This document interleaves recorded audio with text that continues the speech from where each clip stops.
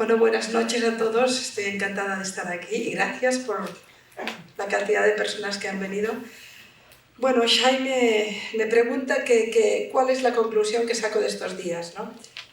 Bueno, empezaremos un poco mal.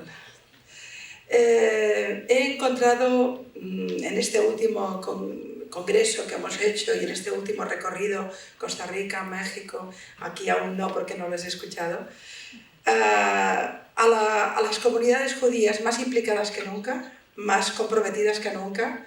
Como dijimos una vez, el 7 de octubre a muchas personas les explotó el ADN y empezaron a implicarse, o si ya estaban implicadas lo han hecho mucho más, pero al mismo tiempo he respirado muchísima preocupación, especialmente entre los jóvenes, y algunas de las preocupaciones que nos han llegado, Shai, no teníamos respuesta. Yo no sé si podemos explicar lo que nos pasó, por ejemplo, en México, empezar por ahí. Me parece que es un buen punto de partida. Te llevo realmente pasó solamente hace 2 días y nos dejó bastante afectados. Fue en la comunidad Montesinay, que muchos de ustedes conocen, con chicos de la prepa, de diferentes escuelas. Y me parece que vinimos con una apertura ya que conocíamos de otra dinámica con universitarios y con estudiantes, de dejarles a ellos, ¿no?, hablar. Y ahí tú comenzaste... A mí me gusta mucho ir con los jóvenes porque a menudo expresan con mucha naturalidad sus inquietudes y siempre tienen una mirada diferente de la que tenemos a veces los adultos. Y estábamos preparados, a mí cuando estoy entre jóvenes lo que me gusta es que me expliquen, que me hablen, de alguna forma creo muchísimo diálogo con ellos y estaba preparada para eso. Entonces llegamos, había todo un grupo muy lindo, 16, 18 años era básicamente, ¿no? Y entonces empecé diciendo, bueno chicos, en lugar de hablar yo, quiero que uno de ustedes me diga cómo se siente, qué pasa, qué quiere preguntarme, cómo está. Bueno, nadie empezaba y al final había un chiquito con pelo rizadito delante, le dije, venga, tú que tienes cara de ser valiente, ¿qué quieres decirme? Y me dijo, me da miedo que me maten porque soy judío. Así empezó. La verdad es que nos quedamos un poco choqueados, yo lo interpelé, le dije, ¿estás seguro que esa es tu sensación? Me dijo, sí, pero con una naturalidad que a mí me impresionó y reconozco que me dejó muy sobrepasada, ¿no? Me decía, sí, soy judío, ¿es posible que me maten? Entonces yo pregunté en la sala si otros jóvenes estaban igual que él y fue una explosión, todos. Uno nos decía, yo tengo mi prima que está en Ámsterdam y lo ha pasado muy mal. Otro chico nos dijo, a mí me han pegado en Milán por llevar una Magen David. Otro que había estado en Madrid y también había tenido problemas. Y de golpe lo que queríamos que fuera una conversación sobre lo que ocurre en Oriente Medio, lo que ocurre en Israel, la prensa, cómo se sienten ellos con sus amigos no judíos, en fin, se convirtió en un impacto emocional que ni Shai ni yo reconocí que ese día yo no tenía respuestas. De hecho, creo que me dieron más ellos de lo que yo les pude dar. Y fue un impacto. Y luego cuando lo comentaba nos decía todo el mundo, no, en México no pasa nada. Y es cierto, comparado con otros lugares del mundo, en México no pasa nada, pero yo tenía delante unos jóvenes que me decían con total normalidad, bueno, a mí me pueden matar por ser judío. No saben el impacto que tuvimos, Shai y yo. Y entonces me preguntaban cómo tenían que hacer, si tenían que enseñar la Magen David o no, si se podían llevar la kippah o no, si tenían que explotar su judaidad hacia afuera o esconderla hacia adentro. La verdad es que era muy difícil tener respuesta a todo ello, porque yo soy de los que creen que cuanto más antisemitismo, más judíos necesitamos públicamente en el mundo, más kippahs, más magens, más vida comunitaria, que no nos venza el miedo, pero al mismo tiempo no soy nadie para decirle a una persona concreta no tengas miedo. Y menos, por ejemplo, como está Europa o como están algunas zonas determinadas donde todo esto empieza a ser muy agresivo. Pero ese fue el impacto más importante de nuestra gira. Hubo momentos extraordinarios, en Costa Rica se volcaron, gente en la Crystal Nag, éramos como 900 personas y más de 300 no eran judías. En fin, nos vamos con mucha riqueza intelectual y emocional, pero el impacto de ese día con los jóvenes, y además nos decían los mayores, a nosotros no nos lo dicen, pero a mí me lo dijeron. Y ese día fue Y bueno, quizá no sé si empezar por aquí, qué está pasando en el mundo, ¿no, Shai? Sí, me parece que eso nos lleva, estabas hablando de los judíos escondiendo, ¿no?, el Kipá, el Maguen David. En el último informe del Ministerio de la Diáspora de Israel se habló que 96% de los judíos en Europa enfrentaron de una manera u otra antisemitismo desde el 7 de octubre.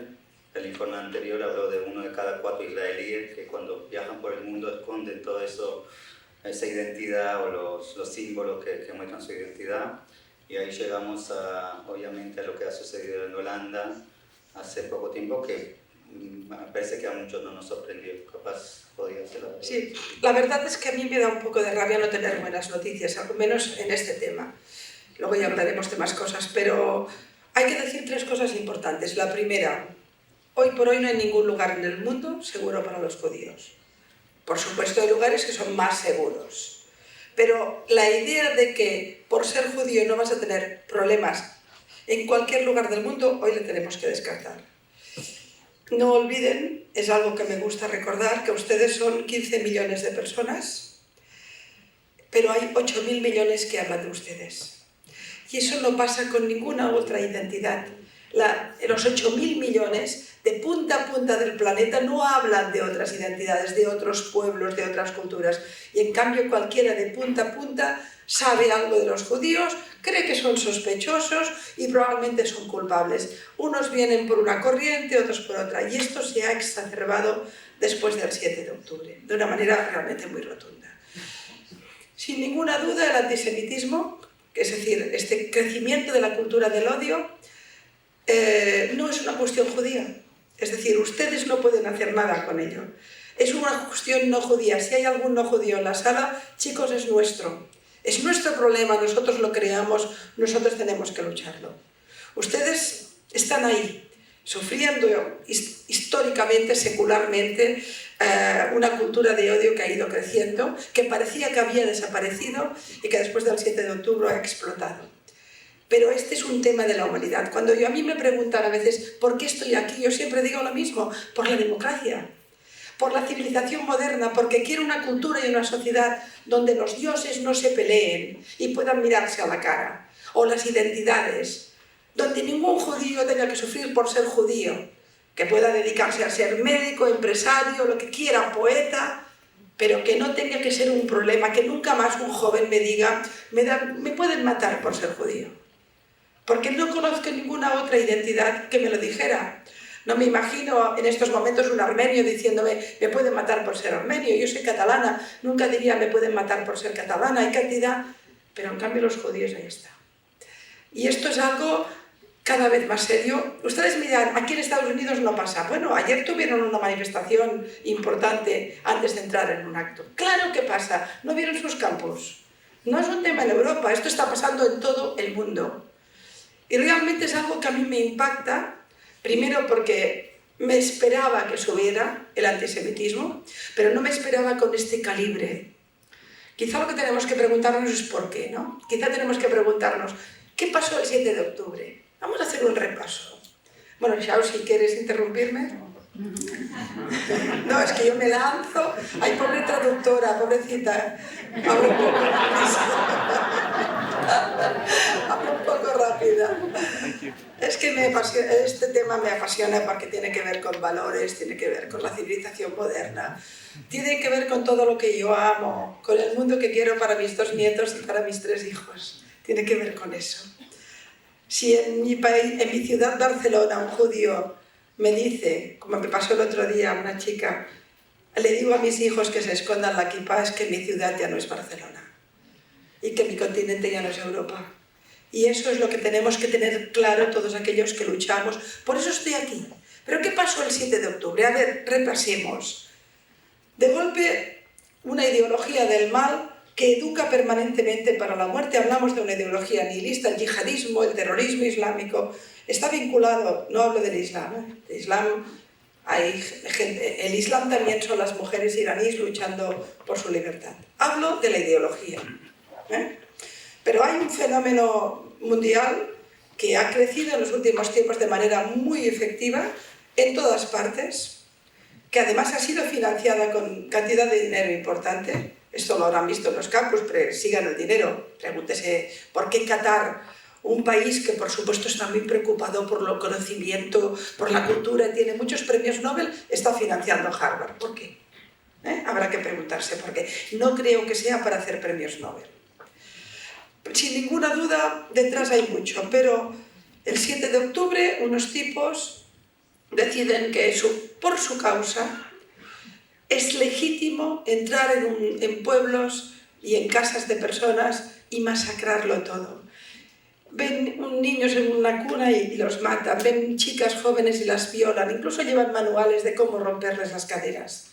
Entran en cualquier lugar, hacen cualquier barbaridad, ven gente mayor, las tiran al suelo, hay grupos de gente que queman, hay otros que se llevan a los agujeros negros de los túneles en Gaza. Y todo esto, ¿cómo es posible? ¿Cómo es posible que alguien lo haga? Porque cuando alguien, un chico, llama a su papá y le dice, papá, he matado a 5 judíos, y el del otro lado le dice, muy bien, hijo mío, ahí muere la humanidad.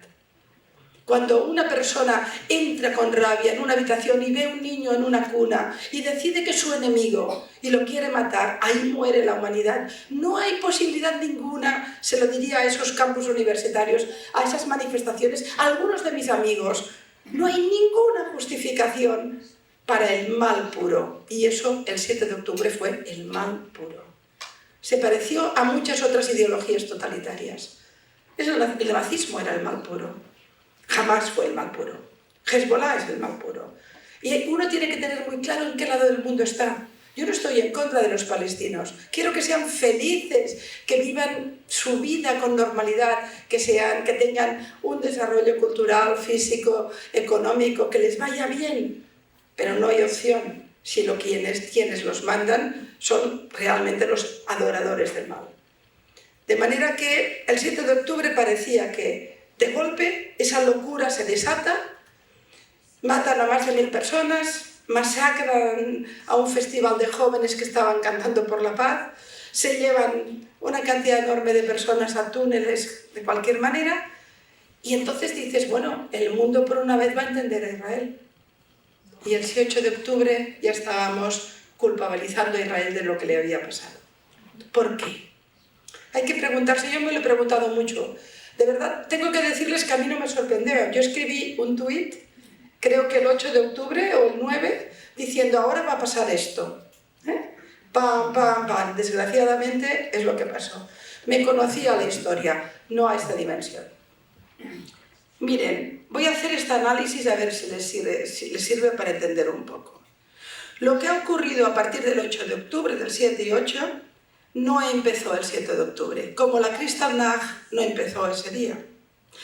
Es una estación de tren, perdón, es un tren que ha pasado por muchas estaciones. Ustedes saben muy bien, porque lo tienen en la piel, en la memoria, en la historia de vuestro pueblo, que antes de Auschwitz hubo muchas estaciones.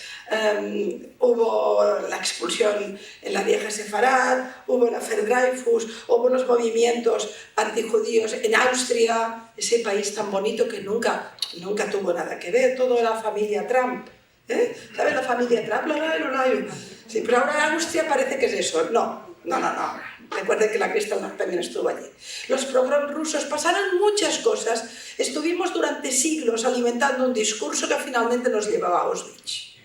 Nada nunca es casual.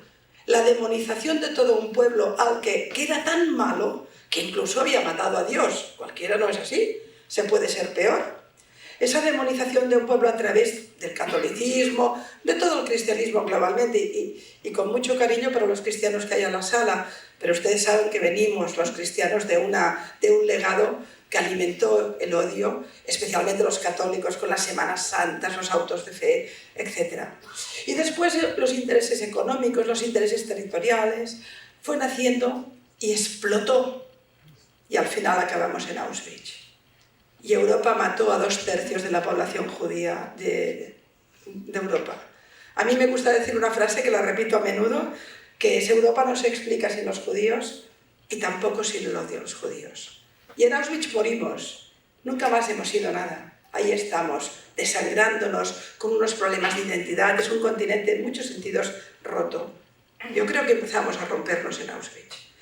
Pero con Israel, dices, bueno, pero Israel, hemos estado muchos años mucho más tranquilos, no hemos tenido ningún programa hasta el 7 de octubre, el antisemitismo siempre ha existido, pero está controlado, bla, bla, bla. No, perdonen ustedes. El odio a Israel hace 75 años que se alimenta. El odio a Israel empieza con los discursos de los soviets, del estalinismo, va cuajando en todo el pensamiento de izquierdas en toda Europa y en todo en el mundo occidental, se perpetúa en las universidades, se perpetúa en los intelectuales de izquierdas y finalmente hay un momento que acaba estallando. Esto también ha tenido muchas estaciones. Yo me he formado en una universidad donde los líderes que hablaban de la libertad en España, también te odiaban a Israel y decían que era el ejemplo del país colonial, blanco, rico, que oprimía a los pobres palestinos, que solo tenían piedrecitas. Años y años de demonización de Israel. ¿Esperábamos que un día no estallara? Este odio que ayer vieron ustedes en la manifestación, que hemos visto en las televisiones, que yo veo en mi casa, a mí me ha pasado de todo con este tema. ¿Tiene que ver este odio cómo nació? ¿De golpe? No. Durante años y años, y ahí soy muy directa en mi acusación, ha habido movimientos vinculados a la izquierda, extrema izquierda, pero también que venían de los residuos del comunismo, que han alimentado la idea de que Israel era un país peligroso, colonizador y asesino. Y ahora esto ha cuajado. ¿Por qué? Porque de golpe Israel fue la víctima máxima. Le mataron más de 1000 personas, niños, mujeres, jóvenes que cantaban. Y no se podía permitir, porque los judíos solo pueden ser culpables, no víctimas. Y los israelíes son culpables por naturaleza. Y por tanto, ahí estalló todo. Fíjense ustedes, pero esto no viene de ahora. Yo me acuerdo que uno de mis primeros artículos, y les estoy hablando de hace 20 años o no sé cuánto, hace mucho, 15, no sé, ustedes recordarán quizá, no sé si recuerdan un atentado en un restaurante de Haifa que mató a bastantes personas, me parece que mató 20 o 30 o quizá 40, no me acuerdo, eran muchas. Yo hice un artículo porque leí el diario El País. Y el diario El País ponía en titular: joven universitaria se inmola en Haifa.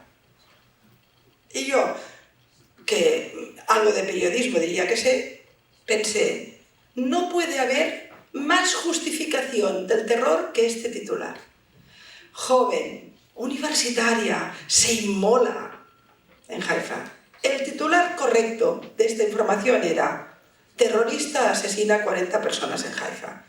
Pero el diario El País, no uno cualquiera, no un panfleto de la extrema izquierda, nunca he visto que pusiera asesinan. La palabra, los judíos, los israelíes, no los asesinan, se mueren de la gripe. O se autoinmolan. Me lo dijo un taxista en Argentina la primera vez que llegué a Buenos Aires. Estos de AMIA se mataron ellos mismos para hacerse las víctimas. Fíjense ustedes cómo el antisemitismo y el anti-israelismo, que caminan en paralelo, es una nueva expresión de antisemitismo, la más moderna. Eso tan bonito de determinados intelectuales muy posh que dicen: no, si yo tengo muchos amigos judíos, yo no tengo nada, si a mí me gusta Woody Allen. Vamos mal. Primero porque cuando dice tengo muchos amigos judíos, pero no, es que yo no soy antisemita, soy antisionista. Y ese es un vestido que me queda bien, porque el antisemitismo es de extrema derecha, no, los nazis, los fascistas. El antisionismo es culto. Es ilustrado, es intelectual, que queda bonito, queda bien. Y así me salgo. Tengo amigos judíos, me gusta Woody Allen y soy antisionista. ¿Pero qué es el sionismo? Yo no lo soy, a mí me llaman sionista, genocida. No, yo no soy sionista, no soy judía. Y no he tenido que construir un Estado después del naufragio, de los restos que quedaron de los campos de exterminio. Pero el sionismo solo es la voluntad de que un pueblo que ha sido permanentemente perseguido, secularmente perseguido, tenga el derecho internacional, tenga un Estado que lo proteja. Cuando tú dices que eres antisionista, le estás diciendo al pueblo judío que no tiene derecho a estar protegido, que no tiene derecho a tener el derecho internacional. Pregúntense por qué Israel es el único país del mundo, el único, que está demonizado, criminalizado, y que hay otros países que dicen que no tendría que existir. Nos gusta decirlo así, ¿verdad, Shai? Pero esto no lo dicen de Gambia. No lo dicen de una cantidad de países que se crearon con el puro de Churchill después de la Segunda Guerra Mundial. A nadie se le ocurre decir un país que ya existe. No sé, venimos de Costa Rica, ¿hace cuánto que Costa Rica es un estado? A nadie se le ocurre decir no debería existir, hay que destruirlo. El único país del mundo que hay personas, que hay países en la ONU y hay dirigentes y primeros ministros y presidentes que dicen si puedo lo destruiré, y hay organizaciones de terroristas, etc., es Israel. ¿Es casualidad que el Estado del pueblo más perseguido del mundo sea el Estado más perseguido del mundo? Nada es casual. De manera que lo que ha ocurrido a partir del 7 de octubre es que ese odio a Israel que se ha ido cuajando en determinados ambientes intelectuales de izquierdas o en el fenómeno woke posterior que ha explotado en Estados Unidos de una manera muy clara, pero también en Europa, tiene que ver con esa alimentación. Déjenmelo decir con estos términos que son quizá un poco rudimentarios. El viejo comunismo tenía como lema fundamental que al obrero oprimido por el capitalismo. O sea, el ideal era el pobre obrero oprimido por el capitalismo y que luchaba contra la opresión capitalista, etc. Eso cayó con el muro de Berlín. Se fue a la porra el comunismo, se destapó la barbaridad que fue en ese momento, el capitalismo con todas sus miserias se mantuvo como un régimen que permitía estados liberales y permitía la democracia, y se quedaron sin tópicos, se quedaron sin mitos. Se les fue a la porra el Che Guevara, pero tenían la kefía palestina. Y han sustituido al Che Guevara por la kefía palestina. De golpe tienen otro mito. El mito es el pobre palestino oprimido por el país, rico, poderoso, blanco. Nadie entiende por qué dicen blanco, porque los judíos están mezcladísimos, ¿no? Pero es igual, el tópico nunca funciona por la verdad. Los estigmas, los prejuicios funcionan siempre por la mentira. Y entonces, realmente, estos jóvenes que se manifestaban ayer están convencidos que ya tienen otro Che Guevara, que es el niño de la kefía con piedras. Luego tendrás que explicarles que hay Irán, que hay miles de millones de dólares, que hay 700 kilómetros de túneles en Gaza con armamento absolutamente sofisticado, que Irán tiene una relación directa con China y ahora con Corea del Norte y con Rusia, que Israel es un pequeñísimo país que tiene 5 focos de ataque. Tienes que explicarle todo esto, pero no sirve, porque él te levantará la banderita y dirá, lucho contra los imperialistas. Pero tipo, mira el mapa, mira el mapa. Si la palabra Israel no cabe en el mapa, míralo. Pero no, colonialismo lo tiene todo. Israel es colonialista, rico, ¿Por qué? Pero si empezó con naranjas, quizá tendrías que admirarlo de haber llegado a ser una gran startup. En lugar de eso, no, el odio. Pasaba siempre, es el mito antisemita de la Edad Media. Esos médicos que por la noche a escondidas los llamábamos para que curaran a nuestros hijos, pero luego los metíamos en los guetos que fuimos creando en Europa. Es decir, bueno, pero no hay solo esto, porque ya que las noticias son malas, vienen a la par. Si todo este fenómeno de izquierdas ha ido cuajando en un discurso de odio a Israel y de ahí finalmente ha estallado, luego tenemos el fenómeno del islamismo, que también es un fenómeno enormemente importante. ¿Cuántas personas hay musulmanas en el mundo? Alrededor de 2.000 millones de personas. 2.000 millones. Todos son educados en el odio a los judíos. Luego habrá muchos que superarán ese odio o que evidentemente tendrán un planteamiento democrático, o etcétera, etcétera. Pero el islamismo, las madrazas coránicas, les aseguro, y en los congresos salafistas, todo el fenómeno salafista, todo el fenómeno wahabista y el fenómeno chiita, son todos profusamente antisemitas. Y esto acaba en Ámsterdam. Cuando tú tienes 20 millones de personas de cultura musulmana, educándose en democracias, que no molestan en absoluto a mí. Yo quiero vivir en sociedades mezcladas, con dioses, culturas, me encanta, aprendiendo de los otros. Pero de golpe esa comunidad que está ahí, aparece un imán salafista, tiene dinero, empieza a radicalizar su grupo, empezamos a tener barrios los que llaman famosos barrios yihad, Empezamos a tener gente que vive en Francia pero ya no es francesa, que vive en Holanda y ya no es holandesa.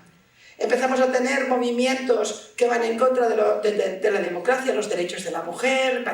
De golpe tenemos problemas porque en la piscina municipal hombres y mujeres entran y el imán de turno te dice no, las mujeres tienen que ir separadas. Pasa esto es como sutil, ¿eh? Este fenómeno que va ocurriendo, que es un fenómeno claramente antidemocrático, es profusamente antisemita. De manera que se juntan dos movimientos, se junta todo el planteamiento de las izquierdas y de este fenómeno hiperideológico de los woke, que odian a Israel por muchos motivos y por muchos prejuicios. El fenómeno antisemita, el fenómeno islámico, que es claramente antisemita y por supuesto es anti-israelí, y todo sumado estalla en Holanda o estalla en mi ciudad cuando una mujer me dice que se tiene que esconder la kippah. Esto nos ha ocurrido el 7 de octubre y no se equivoquen, también aquí. Ya sé que ahora tienen a Trump que ha dicho que va a cuadrar las universidades. Bueno, pues bienvenida la idea y el planteamiento, por supuesto, pero yo creo que estamos en un momento complicado, ¿eh? Un día vamos a tener que viajar a Gambia, como siempre. Pobres, qué lindos los de Gambia. Pero vamos a mostrar ahora un video y me gustaría hacerte unas preguntas. A ver. Hace un mes, exactamente hace un mes, el 7 de octubre, escribí este tuit, este pequeño mensaje en mi cuenta de Twitter. Va a pasar lo siguiente. Primero, los muertos israelíes no existirán. Segundo, los medios no hablarán de terrorismo palestino contra civiles. Tercero, Israel se defenderá. Cuarto, los medios dirán que Israel masacra a palestinos. Quinto, Israel será terrorista. Sexto, la progresía escupirá su odio a Israel. Lo escribí hace un mes. Es peor.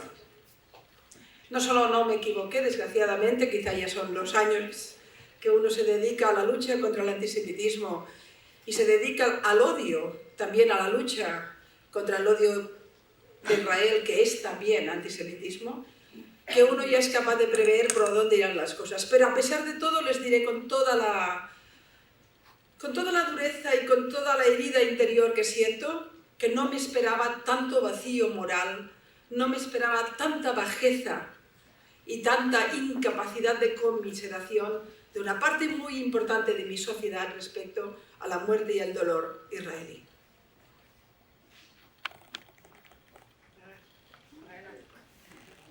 Eso recordarlo me duele porque eso era un mes después del 7 de octubre. Así que, y me da rabia tener esa mirada tan clara, ¿no? Entonces voy a ponerlo en contexto porque estamos hablando de justo, ahora finalizamos el cuarto foro, será el tercer foro latinoamericano contra el antisemitismo que lo llevamos a cabo en Montevideo, Uruguay, y fue exactamente el 7 de noviembre y fueron las palabras de apertura del Pilar. Este mismo video se viralizó, llegó casi a 1 millón de vistas a nivel global, porque el mensaje me parece que está muy claro. Era muy en caliente, ¿no? Era ese momento. Y me parece, Pilar, hablabas ahí del tema del vacío moral. Hablabas ahí de lo que ha sucedido en las sociedades en Europa, también acá en Estados Unidos.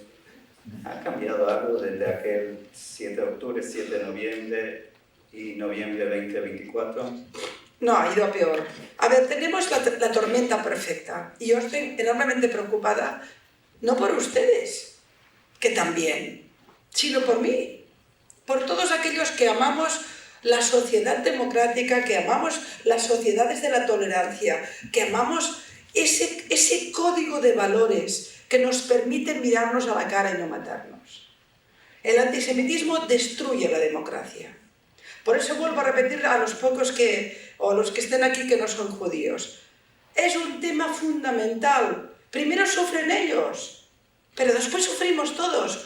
Porque cuando tú tienes una cultura de odio que explota en campus universitarios, o explota en medios de comunicación, o explota en intelectuales, contra una comunidad concreta, muy específica, eso solo te puede llevar a la destrucción de tu sociedad.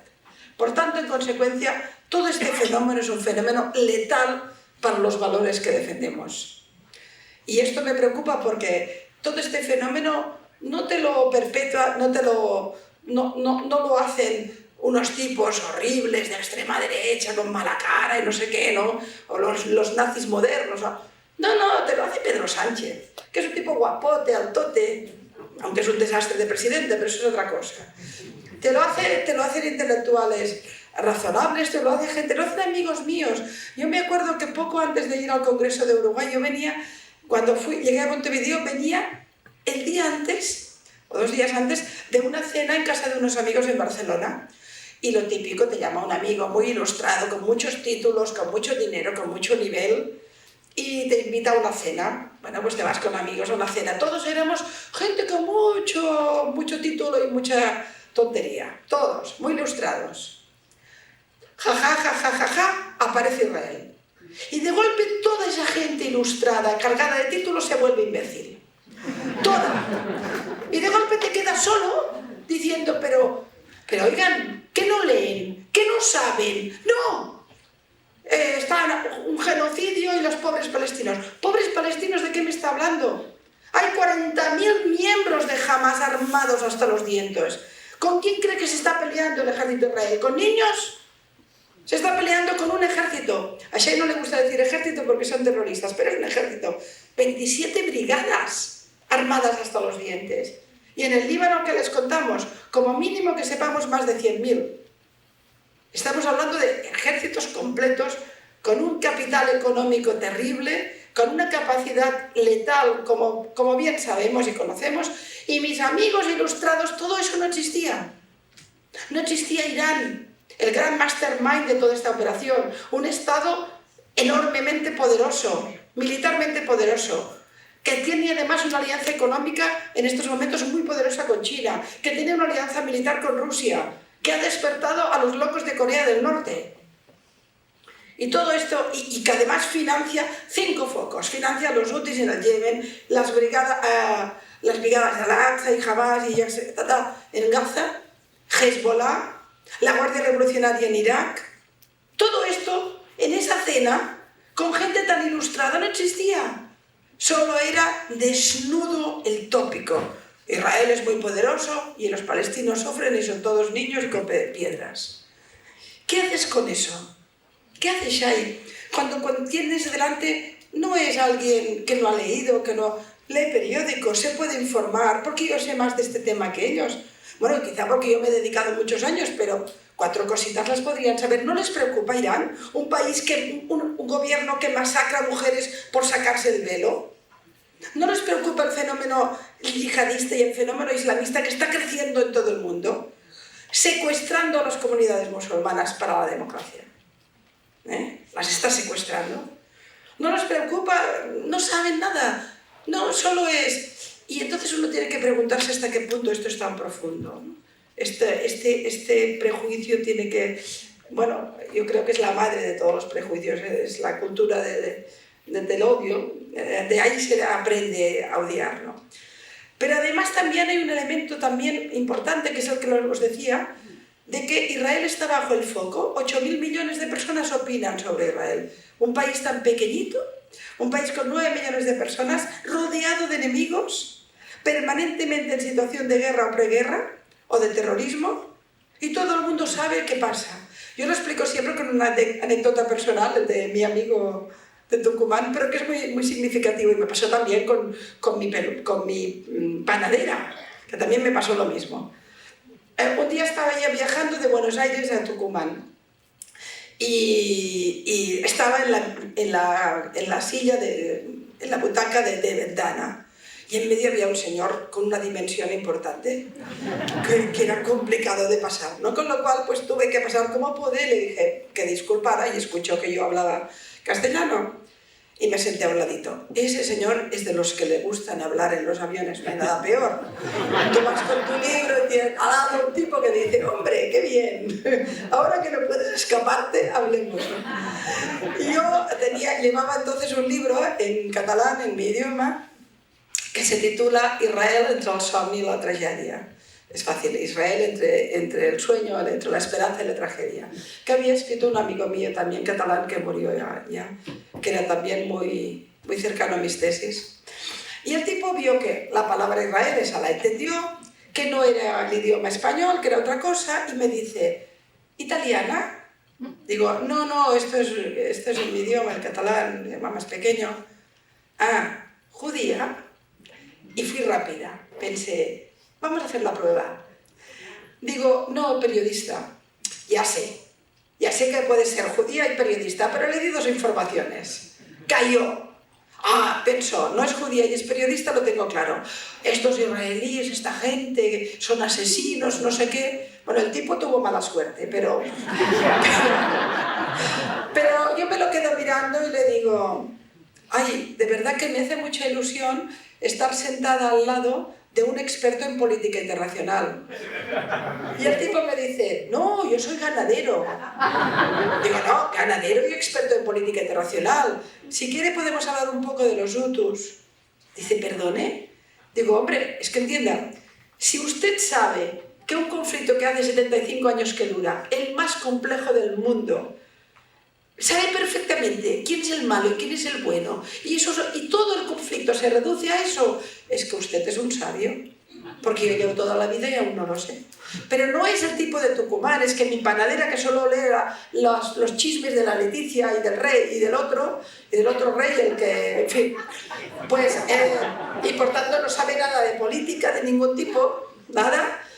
Me acuerdo un día, voy con mi perrito, voy a comprar el pan y me dice, no sé qué me dice, y me dice, ¿has visto estos judíos cómo matan en Palestina? ¡Mi panadera! También era experta en política internacional. Pero este es el problema. Es decir, nadie sabe nada de política internacional, nadie sabe lo que ha pasado con los armenios en Nagorno-Karabaj, nadie sabe qué pasa en Kashmir, nadie sabe qué pasa en el Sahel, donde se está reconstruyendo el Estado Islámico. No, la gente no sabe estas cosas, pero saben que Israel es muy malo y que mata niños palestinos. Y entonces, ¿por qué? Porque Israel tiene el foco. Yo me acuerdo que vi una película que creo que se llama El Dilema, que es la película de un chico que lucha contra las tabacaleras y no sé qué, ¿no? Y hay un momento que él decide denunciar a las tabacaleras. Y creo que Robert De Niro, le dice, prepárate, porque si te atreves a denunciarlas te van a poner el microscopio. Y el tipo no lo acaba de entender. Y de golpe aparece que no ha pagado multas. Un día que tuvo una bronca con su mujer le dicen que quizá es maltratador. Claro, nadie sobrevive al microscopio, siempre hay un granito, ¿no? Israel tiene el microscopio del mundo. Ningún otro país. En ningún otro país del mundo tiene el microscopio. ¿Qué país aguantaría el microscopio? Israel lo tiene permanentemente. 8.000 millones de personas juzgan a sus presidentes, juzgan a sus gobiernos, juzgan a su defensa. Y encima ignoran su dolor y su tragedia. De manera que, bueno, no sé si te respondí. ¿Había alguna pregunta? En algún momento había, pero está bien. Vuelvo al tema del antisemitismo, el tema del vínculo Israel-comunidad judía, Israel-diáspora. Vemos esa explosión, como ya hemos hablado, de antisemitismo a nivel global. Una de las cosas que se habla específicamente en la definición de área de International Holocaust Member Lines del antisemitismo, uno de los ejemplos es culpar a los judíos fuera de Israel por las decisiones del gobierno de Israel. Y esto es un fenómeno que estamos viendo, como dijiste, con ese nuevo disfraz, etc. ¿Qué está pasando? ¿Cómo el mundo se traga eso que es legítimo culpar a un argentino, a un chileno, a un mexicano, a un americano por lo que está haciendo el Estado soberano de Israel? Porque la construcción del antisemitismo se basa en la expulsión del judío de las comunidades donde vive. El judío es el extranjero, siempre es el extranjero. Es francés, pero es Dreyfus, ya no es un capitán francés, es judío. Es un señor que luchó en la Primera Guerra Mundial por Alemania, que tiene sus medallitas, pero ya no es alemán, es judío y se va a Auschwitz. Eran los judíos que vivían en Toledo, en Barcelona o en cualquier lugar, que eran tan sefardíes que han aguantado el idioma durante 500 años, y sin embargo les dijimos que ya no eran judíos. Ahí ya no eran nuestros, sino que eran... El antisemitismo te convierte en el extranjero. Entonces, permanentemente es el tipo de Buenos Aires. En Amia no murieron argentinos, murieron judíos. Y a saber por qué, y a saber por qué culpas. No, oiga, murieron argentinos. Es igual si fueran judíos, no. Murieron argentinos. No, si son judíos ya no son tan argentinos. El extranjero, es el distinto. Y con Israel se hace lo mismo. Israel es el país paria, es el país demonizado. El primer ministro de Israel no puede ir por todo el mundo. Quizás Estados Unidos un poco más, pero si viene a España, no sé, le saldrá la Santa Inquisición. Pero en cambio sí que puedes tener a cualquier dictadorzuelo, bueno, los mismos dictadores teocráticos que se han paseado en España, amiguetes del rey Juan Carlos, al que por cierto le daban su dinerito. Es decir, esto no hay problema, pero el presidente de Israel no, este no. Y los judíos no pueden, los israelíes no pueden defenderse, etcétera, etcétera. Todo esto, que en principio solo sería para los israelíes, acaba cayendo sobre la diáspora. Porque no nos engañemos, se ataca a Israel porque es el Estado judío. Si no fuera el Estado judío, no sería un Estado paria. Siempre tiene que ver con lo judío. Entonces, cualquier persona que esté enfadada o rabiosa o esté en contra de Israel, a la que ve una kipá dice es mi enemigo. Pero ese señor de la kipá igual es más francés que tú, igual es más italiano que tú, igual es más americano que tú, igual viene de generaciones, pero ya no, tiene kipá y ya es un extranjero. Aquí tengo que decir que no me lo quiero dejar. ¿Hay algún joven que quiera estudiar periodismo? ¿Hay alguno? ¿Alguno estudia periodismo, quiere hacerlo? Vale, vente la mano. Venga, ¿hay alguno? ¿Nadie? Oye, que necesitamos periodistas, por Dios. ¿Qué no veis el periodismo? ¿Cómo está? No me quiero dejar mi acusación preferida, que es a mis colegas. ¡Qué vergüenza el periodismo! ¡Qué vergüenza en el 7 de octubre y a partir de ese momento, durante todo este año, en el que se han perpetrado mentiras, fake news, y se ha considerado como verdades absolutas la propaganda del propio Hamas a través del Ministerio de Salud? ¿Cómo es posible que con el código teológico del periodismo tú aceptes como una verdad informativa la propaganda que te da una parte? Esto es lo que ha ocurrido. Y el problema es que no ha ocurrido en panfletos universitarios, no. Esto ha ocurrido en la BBC. Esto ha ocurrido en medios de comunicación americanos. Esto ha ocurrido, por supuesto, en los de mi país y en Europa profusamente. El otro día estuve en una televisión catalana, que el tipo quería entrevistarme para hablar de un libro que he publicado, una novela y tal. Y de golpe me preguntó por Israel. Bueno, se armó un quilombo, argentinos, perdonen. En México no se dice lo de quilombo, ¿no? Yo lo he aprendido en Argentina esto. ¡Un lío! Y yo me acuerdo que allí en medio yo le dije, ya sé que no me vais a traer más en esta televisión, porque estoy rompiendo el discurso único que cada día estáis dando en la información. Es una vergüenza lo que estáis haciendo. Ahí estuve, ahí lo dije. No me han vuelto a llevar, pero se lo comieron. Shai, es gravísimo lo que pasa con el periodismo. No lo he visto yo en ninguna situación conflictiva, Normalmente tú intentas ser un poco moderado. Aquí se han dado por buenas noticias, cifras, barbaridades. Te vienen y te dicen, han matado aquí 40.000 personas. Primero, no lo sabemos. Porque en un conflicto, para saber exactamente cuántas personas son víctimas, tardas mucho. Esto lo sabíamos a los 5 minutos. El Ministerio de Salud ya nos decía, han muerto 340, siempre eran niños y mujeres, nunca era nadie más. Y además han destruido hospitales. Y fíjense ustedes, edificios civiles siempre gente vulnerable. ¿Cómo es posible? La BBC no sabe que hay 40.000 tipos armados de Hamas, más los que hay de las brigadas de Al-Aqsa y de los de la Yihad Islamía. No sabe la BBC los cantidades de millones y millones de euros o de dólares que han ido a Gaza, que no han servido para que la gente viviera mejor, sino para construir una gran industria de armamento. La BBC no sabe que Irán está moviendo todos los hilos y que quiere destruir Israel. No sabe que tiene más del 60% de uranio enriquecido. ¿Para qué lo quiere? ¿Para energía? Todo esto no lo sabe la BBC. Y como la BBC el resto. Entonces mienten. Y mienten deliberadamente. ¿Y por qué lo hacen? Para no perder la guerra con las redes sociales. Porque como las redes van muy rápido y te dicen 500 muertos en Gaza, tú, si eres un medio serio, tienes que preguntar, tienes que verificar, no puedes hacer esa friza. Pero claro, es que entonces en el mundo actual, donde la viralidad es rapidísima, la información es inmediata, y los conflictos, la información nunca es inmediata. Entonces no quieren perder el titular y se apuntan al pensamiento único. Y lo vamos haciendo grande. Alguna vez yo digo aquello de, para mí Internet hoy por hoy, a mí me gusta Internet, yo estoy, bueno, cuando puedo. Bueno, me insultan mucho y tal, pero bueno, bloqueo. No saben cómo bloqueo. Cada vez que hablo de Israel, bloqueo. Pero bueno, sobre todo porque a los contrarios no los convencerán. Intenten convencer a la buena gente que duda. Que no tiene una posición contraria, a esa sí que me interesa, a esa es a la que hablo, pero el tipo imbécil que me dice genocida, bloqueo. No, pero claro, las redes, a pesar de que a mí me guste porque nos comunican, también son Goebbels con Internet. Es el imperio de la falsedad, es el imperio de la mentira. Y no tienes manera, porque tú, pues, imagínense yo si tengo delante a alguien que me enseña una foto de un niño, una víctima. Mira lo que hacen los tuyos.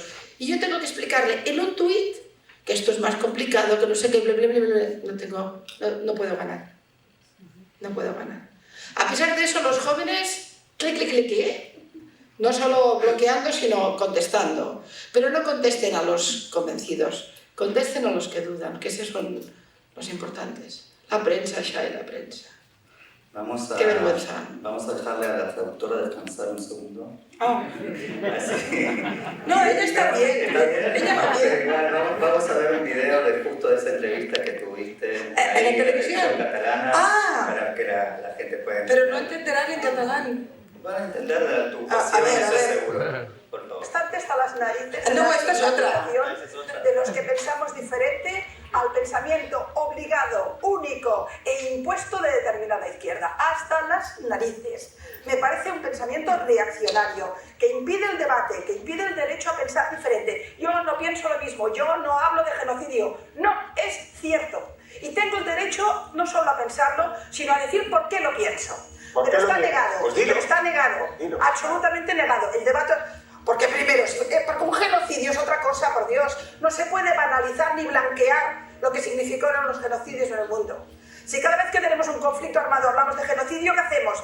¿Qué hablamos de 400.000 muertos en el Yemen? Ah, pero esto no interesa a los progres estos. A esa izquierda reaccionaria esto no interesa. ¿Para qué? ¿El Yemen dónde está? ¿O qué significó los 150.000 desplazados en Nagorno-Karabaj? ¿Dónde estabais? O los miles de mujeres muertas en el Irán, ¿dónde estaban todos estos? ¿Pedían el boicot a algo? No, Israel. Estos tipos solo se mueven si el malo es americano o es israelí. Bueno, estaba enfadado.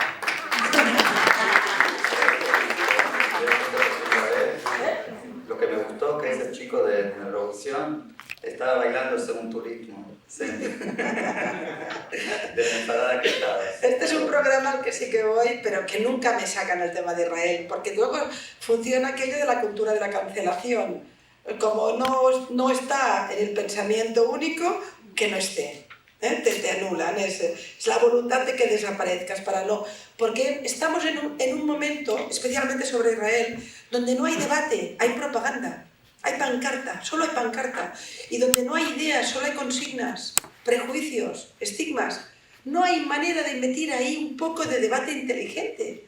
Yo no quiero que de golpe todo el mundo esté a favor de Israel. Y por supuesto acepto el pensamiento crítico. Y por supuesto que puedes criticar al gobierno israelí.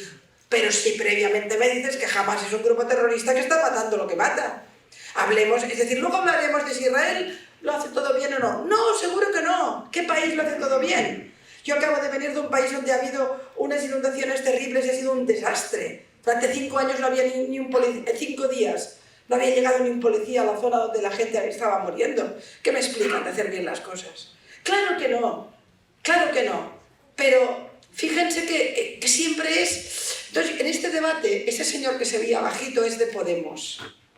y se había hinchado a decir barbaridades, y entonces, claro, me toca a mí, le di fuerte. Pero el otro programa, que era uno en catalán, que era diferente, pero que era lo mismo al final.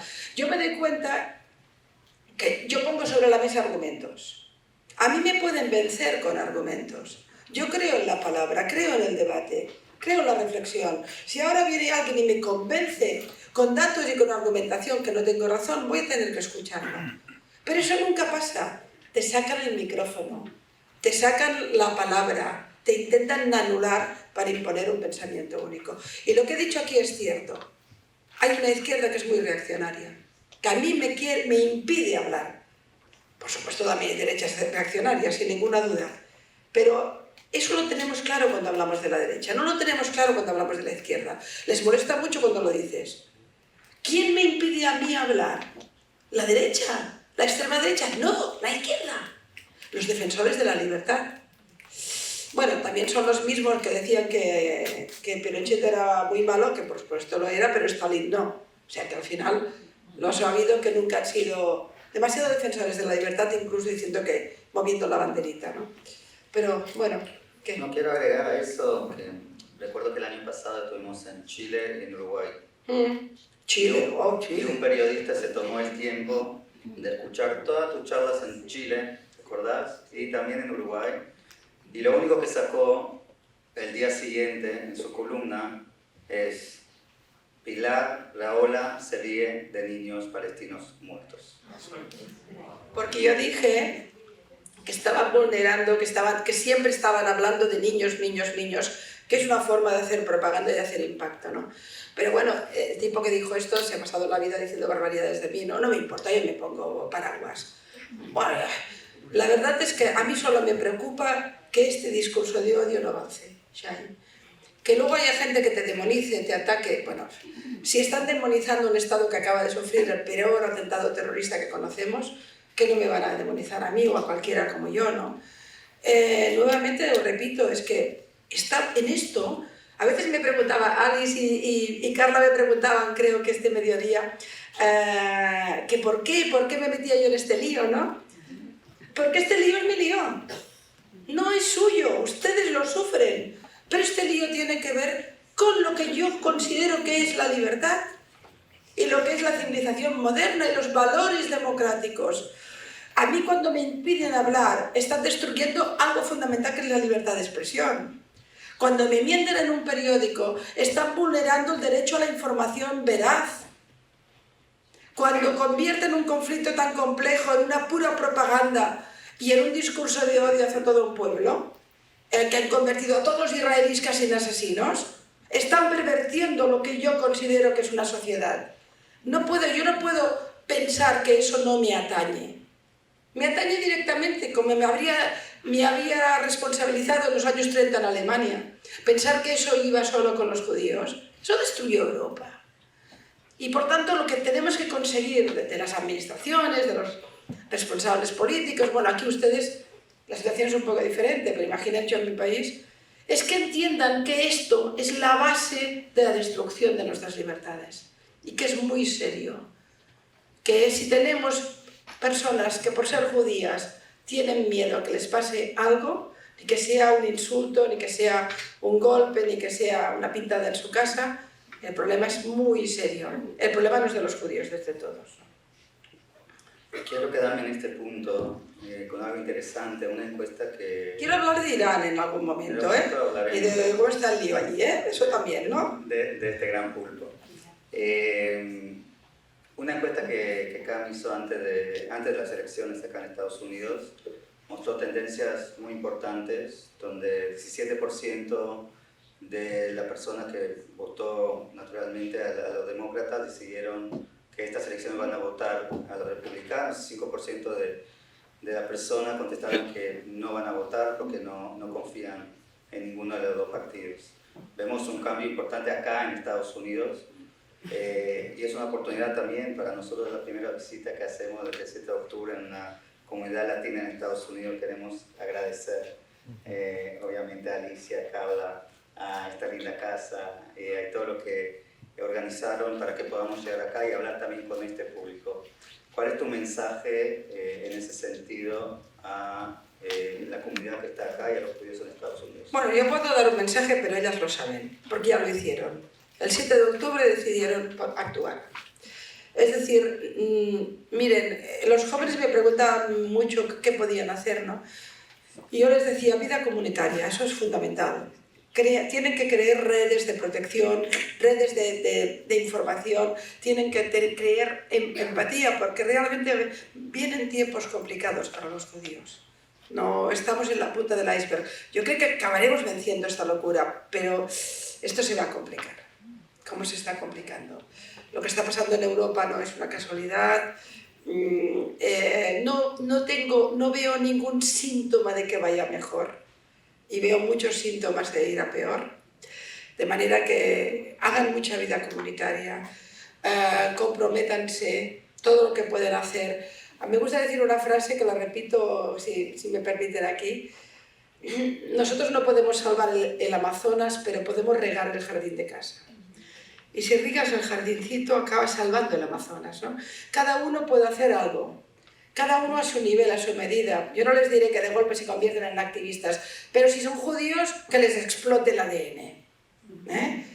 Por favor, y sobre todo que los jóvenes no practiquen el autoodio, que no quieran que para que los acepten en una universidad bajar su... No, al revés, orgullo, orgullo, orgullo. No les diré si tienen que mostrarse poco o mucho. Yo creo que el mundo necesita, cuando más mostrarse mejor. Hay que ser valientes. Porque lo que intentan es esconderte, callarte, que no existas.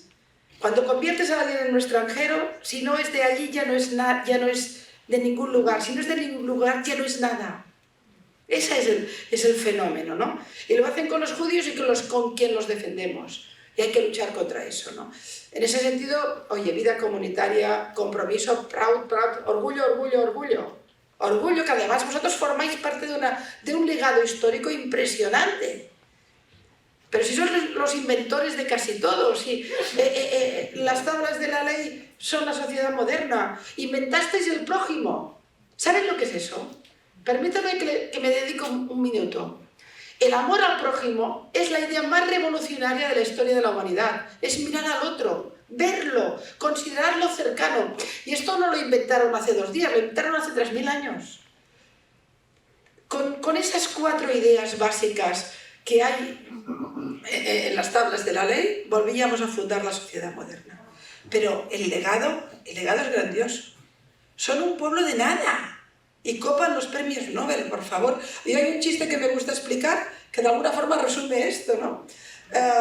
Porque de cuando hay que reír un poco, pero hay un señor que sube a la montaña y cuando baja dice, la verdad es la ley y la ley son las tablas. Se llama Moisés.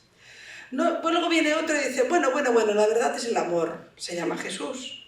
Luego viene otro y dice, bueno, la verdad es la duda. Se llama Spinoza. Otro dice, bueno, la verdad está un poco más abajo, es Freud. Otro dice, no, la verdad está en el bolsillo, es Marx. Y otro dice, la verdad es relativa, es Einstein.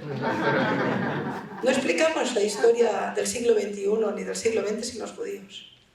No explicamos la literatura europea sin los judíos. ¿Cómo es posible? Si solo son 15 millones de personas, entre 8.000. Pero ahí están, ese legado hay que amarlo. Hay que defenderlo, tienen que salir hacia afuera, en lo que puedan, no se pongan en riesgo, yo no voy a pedirles eso.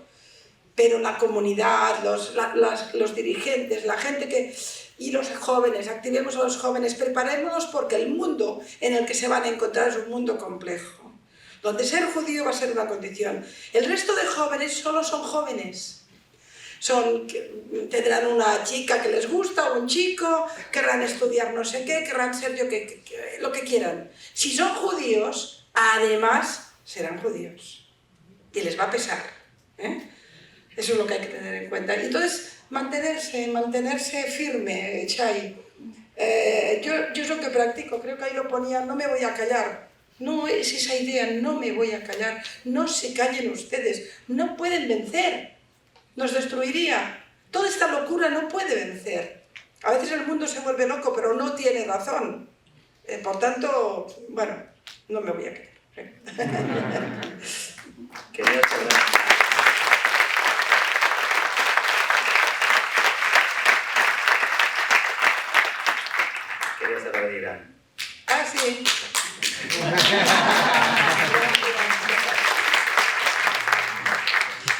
Si a mí me pasó hace poco, me tiraron pintura y todo.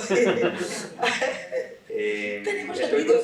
¿Lo tenemos? Sí. Lo enseñamos ahora que estábamos... Vale. No ¿Quieres hablar de Irán? Sí, vos querías hablar de Irán. Sí, yo quiero hablar de Irán. Pero te devuelvo a un momento. Tuvimos una cena en Washington con el secretario general de la OEA y algunas personalidades más que no puedo mencionar acá.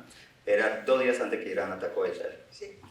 Y la mayoría de la gente que está en esa cena dijo que Irán no se va a ensuciar las manos, que solamente va a hacerlo a través de sus proxies, como ya conocemos, pero no, ese escenario que Irán va a atacar directamente no es posible.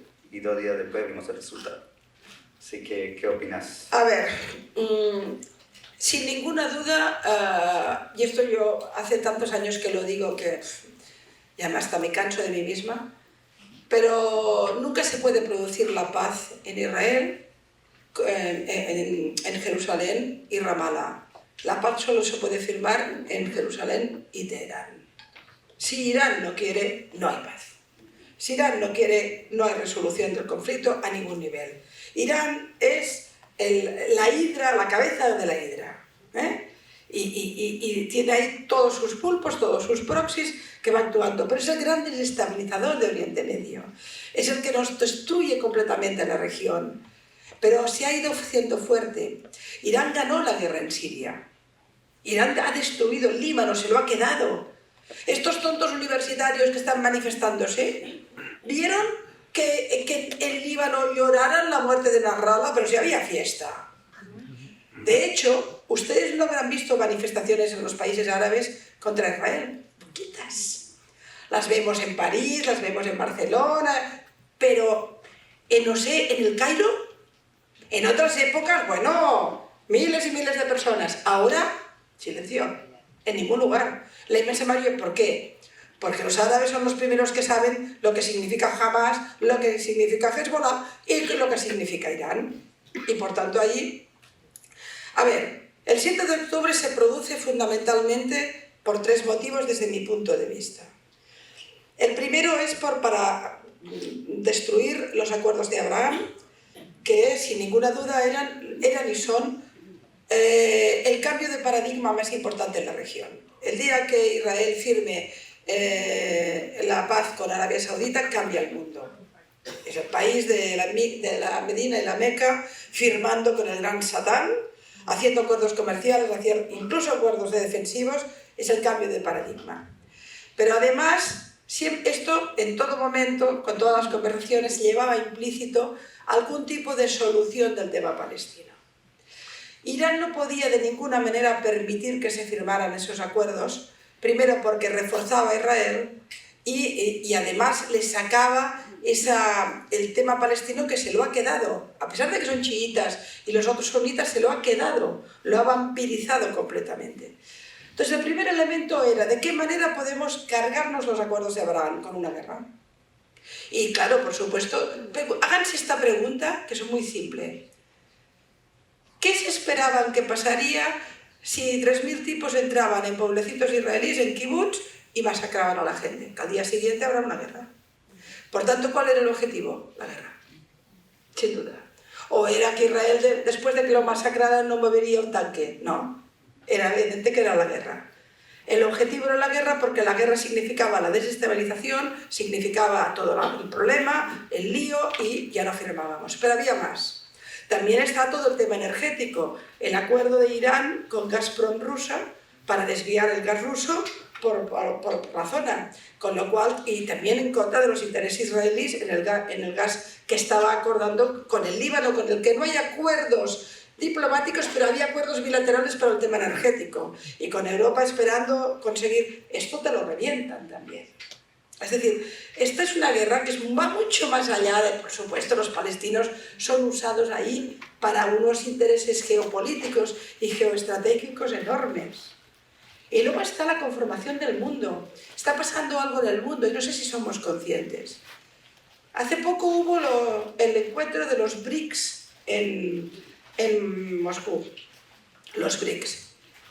China, Corea del Norte, Rusia, Irán y ahora los bolivarianos que también pillan, Maduro corriendo pidiendo entrar. No, esto que... se ve que los pajaritos se lo han dicho que vaya para allá. Perdón, pero lo de Maduro, ¿por qué se creen que Maduro no ha caído? ¿Por qué? Porque China no lo permite. ¿Por qué Irán no lo permite? Porque Venezuela está absolutamente copada por los intereses iraníes. Se ha convertido en la puerta de entrada a todo el fenómeno iraní en todo el continente. Se han quedado la triple frontera. Han convertido la triple frontera en un blanqueador de capitales vinculado a la droga de la BK y de toda la zona del Líbano. Es la nueva zona de blanqueamiento de capitales para el terrorismo. No va a caer Maduro. Esto también lo dije el día después, cuando todo el mundo decía, no, es que ha robado las elecciones. Las dictaduras no caen por la democracia. No. Y por supuesto Maduro no va a caer. Los intereses son demasiados. Pero es así, inmediatamente. Pues esto que les decía el mundo. Hubo un tiempo en el que el mundo estaba dividido básicamente entre capitalismo y comunismo. Y las cosas parecían muy claras. Después cayó el comunismo y el mundo fue casi unipolar, donde Estados Unidos tenía el papel más relevante, lo que sería la vigía del mundo. Pero fue creciendo China, Rusia empezó a despertar, Irán fue consolidándose, y ahora tenemos un mundo multipolar donde Europa está desaparecida. Se fue. No hemos estado en la guerra de Siria.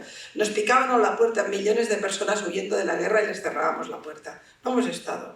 En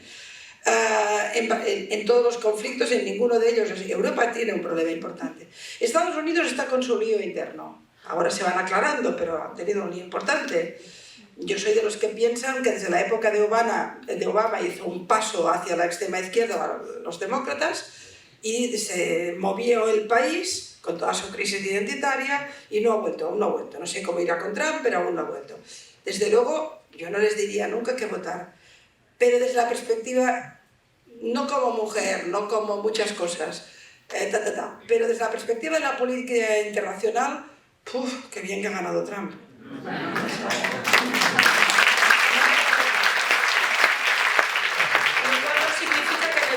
Perdonen si a ustedes les gusta, no significa que me guste en absoluto y por suerte no tengo que votar aquí.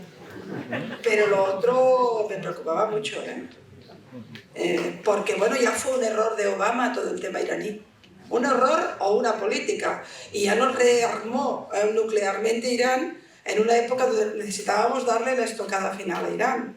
Irán es el gran problema. Por tanto, de manera que el 7 de octubre de alguna forma significó eso. Y como decía Shai, no me he olvidado de lo que decías, como decía Shai, todo el mundo estaba, es que el día que Irán ataque, era el miedo, ¿no? Atacó. Porque no se confundan, vino cargado, Había misiles que podían llevar 800 kilos de explosivos de los que dispararon, Y resultó que la nueva cúpula aguantó, esta espectacular que está en la estratosfera y que aguantó, que la reacción fue que países como Alemania, que no habían movido un soldado desde la Segunda Guerra Mundial, lo movieron, que Estados Unidos estuvo donde tenía que estar, ahí Biden estuvo bien, que Jordania movió también, le hizo caer Jordania, y ahí estuvo, porque a nadie le interesa en aquella zona que Irán gane. Y ese es un capital de posibilidad de alianzas con Israel enorme. Esta es la parte donde yo me pongo optimista. Si conseguimos neutralizar a Hamás, y de hecho si de 27 brigadas le quedan solo 3 o 4, tocadito están. Hezbollah se ha ido a la Edad Media porque no puede ni hablar por teléfono.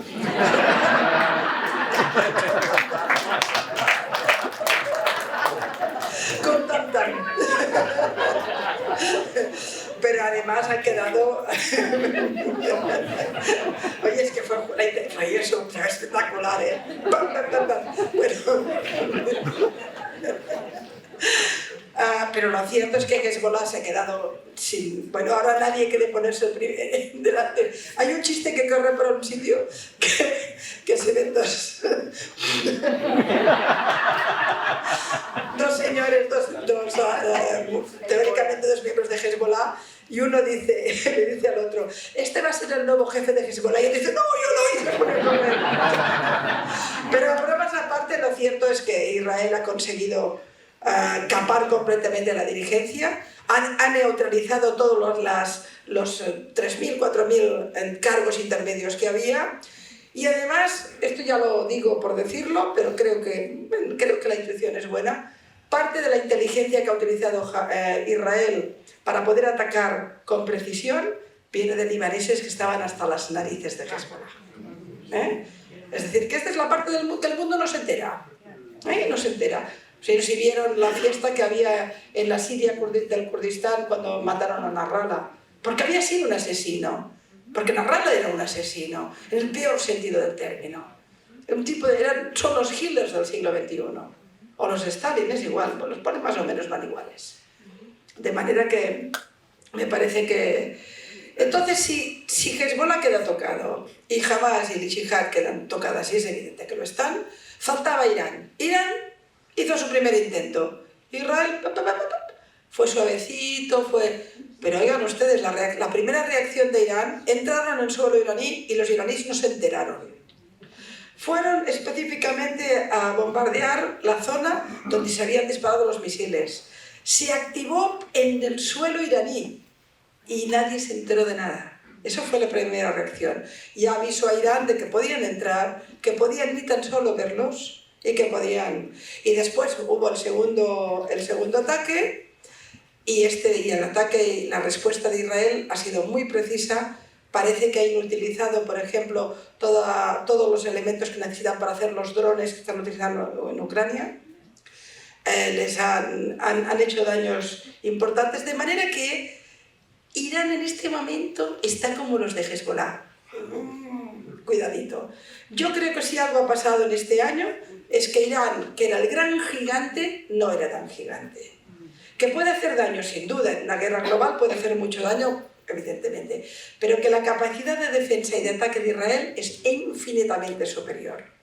Y que además el mundo cercano a Irán no le va a dar. Y no creo que en una guerra con Irán o en una escalada del conflicto China o Rusia entraran, no lo creo. En cualquier caso, estamos en un escenario diferente al de hace un año. Hoy tenemos totalmente dominado Hamas, aunque tenga una capacidad mortífera. Tenemos Hezbollah tocado, aunque tenga capacidad mortífera, hoy mismo ha habido exactamente. Y tenemos un Irán que de golpe ha tenido dos fracasos muy importantes y se lo está mirando. Yo creo que si se hacen bien las cosas podemos reactivar los acuerdos de Abraham, aún no, pero en algún futuro cercano, esperemos. Ojalá. Le voy a ayudar a que... No puede ganar Irán, no puede. Ah, pero me dejé esto, perdona, Shai. Sí, por favor. En algún momento te dejaré hablar, pero lo que les decía de los BRICS, ese mundo unipolar donde Estados Unidos tenía, de golpe tenemos un Estados Unidos que está como está, ahora se va más o menos alirando, pero veremos, un Irán que hay, una Europa que está navegando, pero el otro lado se está normalizando. La reunión de los BRICS en Moscú, de China, de Rusia y tal, era para establecer estrategias económicas, estrategias energéticas y estrategias políticas. Las dictaduras están organizándose. Vamos a un mundo donde no sabemos quién va a estar en la mesa del mundo, pero no son lo mejor de cada casa, Y las democracias estamos un poco despistadas. No tengo ningún problema en que otros que hacen lo mismo que yo me combatan. En el plano dialéctico, veamos, eso es la libertad, eso es el pensamiento crítico, debatir, reflexionar. Seguro que todos lo pensamos igual en cantidad de cosas. ¿Y qué importa? Podemos debatir. Es la grandeza de la democracia. El problema está cuando te tapan la voz y cuando no te lo permiten, cuando te niegan el debate. ¿Qué es su debilidad? Significa que solo se mueven por consignas. Pero ahí hay que persistir y persistir. Porque miren ustedes, déjenmelo decir, tenemos razón. Estamos en el lado correcto de la historia. Aunque la historia se voltee, estamos en el lado correcto del mundo. Aquí, ahora, estamos en el lugar que corresponde. Sí.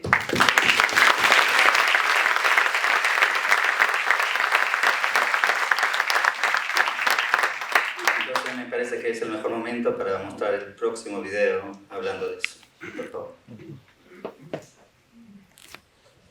Irán, el teu nom està unit al genocidi contra Palestina.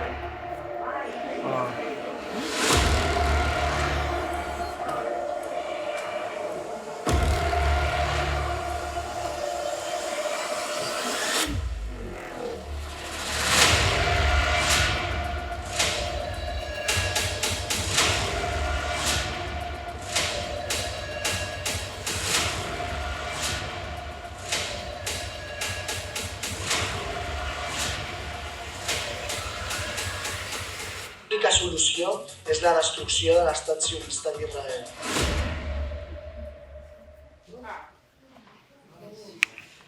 Bueno, me decoraron la blusa. Esta no, esta, ¿verdad? Bueno, esta es una venganza, porque la que llevaba era verde y me he comprado otra verde.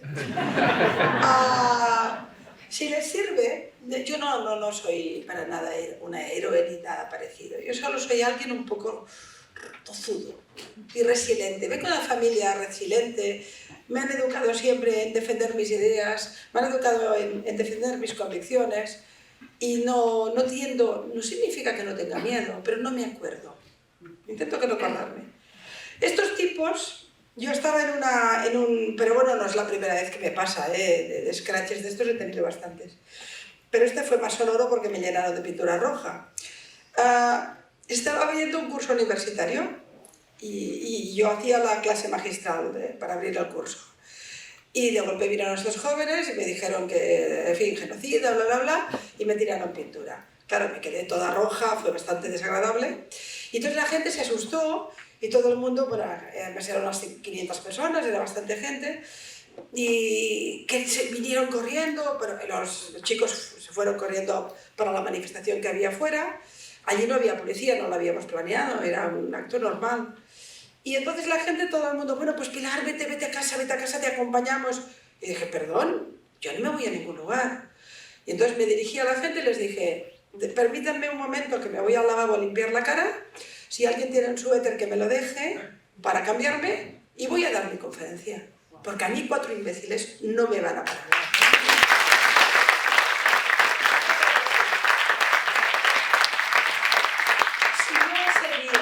Cedo, si ese día consiguen que lo hable, han ganado. No lo voy a permitir. Pero no lo voy a permitir porque no me lo puedo permitir. Porque así destruyen la libertad. Si a una persona democrática, con valores democráticos, en su ciudad, en un país democrático del siglo XXI, no puede decir lo que piensa porque lo quieren callar, es que entonces ni es la democracia, ni es mi país, ni es mi ciudad, ni nada. No lo puedo permitir. Cada vez que cedemos al miedo, a la intolerancia, perdemos espacios. Y por tanto no es lo que hice aquí, además no lo pensé ni un segundo. Inmediatamente todo mi cerebro era ¿cómo hago para continuar hablando? A la que dijera sí, me voy a casa, habían ganado. De hecho, pusieron un tuit, hemos conseguido que Rahola... Y yo les contesté diciendo, perdone, no he conseguido nada porque la conferencia la di. Pero es que es importante, de verdad. Lo que les he dicho antes no era una frase cualquiera. Tienen que tener claro que estamos en el lado correcto. Defendemos valores de vida, valores de paz, valores de democracia. Y hay fuerzas muy importantes que trabajan en la línea contraria. Y yo ciertamente estoy preocupada por mi continente y por mi país. Claro que lo estoy. No lo reconozco. Como te dije ese día en Montevideo hace un año, no reconozco a mis amigos, diciendo, de golpe, ¿qué pasó, no? Pero bueno, miren, aunque la mayoría crean que tengan razón, no. Ahora diría algo un poco grosero, pero no lo diré. Pero ¿a dónde van las moscas? Todas van a un sitio, ¿no? Pues tampoco tienen razón. O sea que... Para ir redondeando y cerrando esta agradable noche, me gustaría retomar esa frase después de estar junto conmigo. Alza tu voz por la verdad, un compromiso urgente. Capaz me podía dar una palabra de cierre retomando esa frase. Bueno, a ver, es lo que de alguna forma he intentado decir antes cuando hablaba del jardín, ¿no? La única manera de vencer es, primero, teniendo una actitud resiliente, o sea, plantarte. Ustedes son judíos, no me vayan al gueto. No me vayan al gueto porque el gueto nunca funciona. El gueto no funciona. Lo que funciona justamente es lo contrario, es la dignidad, es la fuerza, es el plantarse. Y entonces te pueden continuar odiando, pero te respetan más. De manera que aquellos que lo vean posible y que crean, pónganse, si quieren ponerse el lacito amarillo, si quieren ponerse la Magen David, no salgan de casa pensando, me lo pondría, pero ahí están ganando en su casa, en su vida cotidiana. A lo mejor eso significa tener un problema, por eso no me atrevo a aconsejarlo, pero al menos es mi actitud vital. Ya sé que hay problemas a veces, pero... Y si ustedes consideran que sus hijos o sus jóvenes tienen que estar prudentes y cuidados, pues lo entiendo perfectamente, pero comunitariamente planten cara. Planten cara, no permitan ningún exceso. Quizás decirlo en Estados Unidos, donde tienen una situación algo mejor, pero yo cuando lo explico, lo digo en Europa, es muy importante. Hay que plantar cara y defender nuestros valores, porque es que si no no pueden ganar. Bueno, es que no pueden ganar, no, de ninguna manera. Gente que educa a sus hijos para el odio no tiene futuro. No hay futuro ahí, no hay vida ahí. Puede durar mucho, pueden hacer mucho daño, pero no hay vida. Tenemos que estar en el lado correcto, en el que enseñamos a nuestros hijos a amar.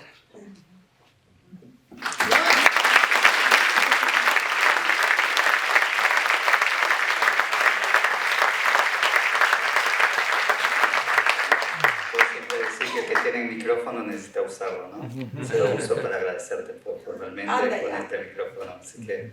No.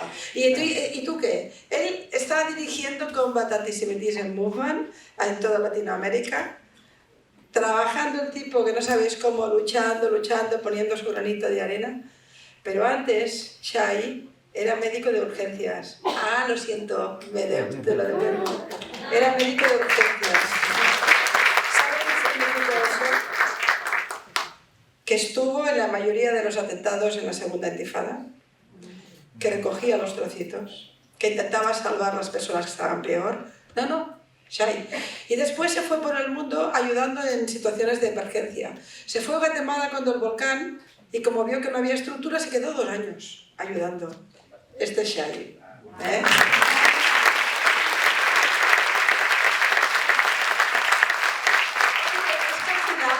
Los que estamos aquí quizás porque hay cosas que nos conmueven. Yo le pongo pasión porque esto me duele. Me duele. Yo el día de los jóvenes en México me rompí. Me rompí de verdad. Tenía ese jovencito tan lindo y me estaba diciendo con normalidad que tenía miedo o que lo podían matar. Y de golpe ser judío implicaba algo muy pesado. Y a mí eso me rompe. Me duele mucho. Claro que me rompió el 7 de octubre. ¿Cómo me rompen la gente que tenemos aún en los túneles? Y también me rompen esos palestinos que están permanentemente secuestrados por organizaciones absolutamente malvadas y perversas. Ese Sinwar, que me lo han convertido en héroe. En Toronto le van a hacer un homenaje y la alcaldesa de Toronto lo ha permitido al dirigente de Hamas. Un asesino de israelíes y de palestinos. Y sin embargo, bueno, ese mundo loco yo no puedo con eso. A mí eso sí que me apela. Alguien me decía, pero ¿por qué los judíos y tal si no eres judía?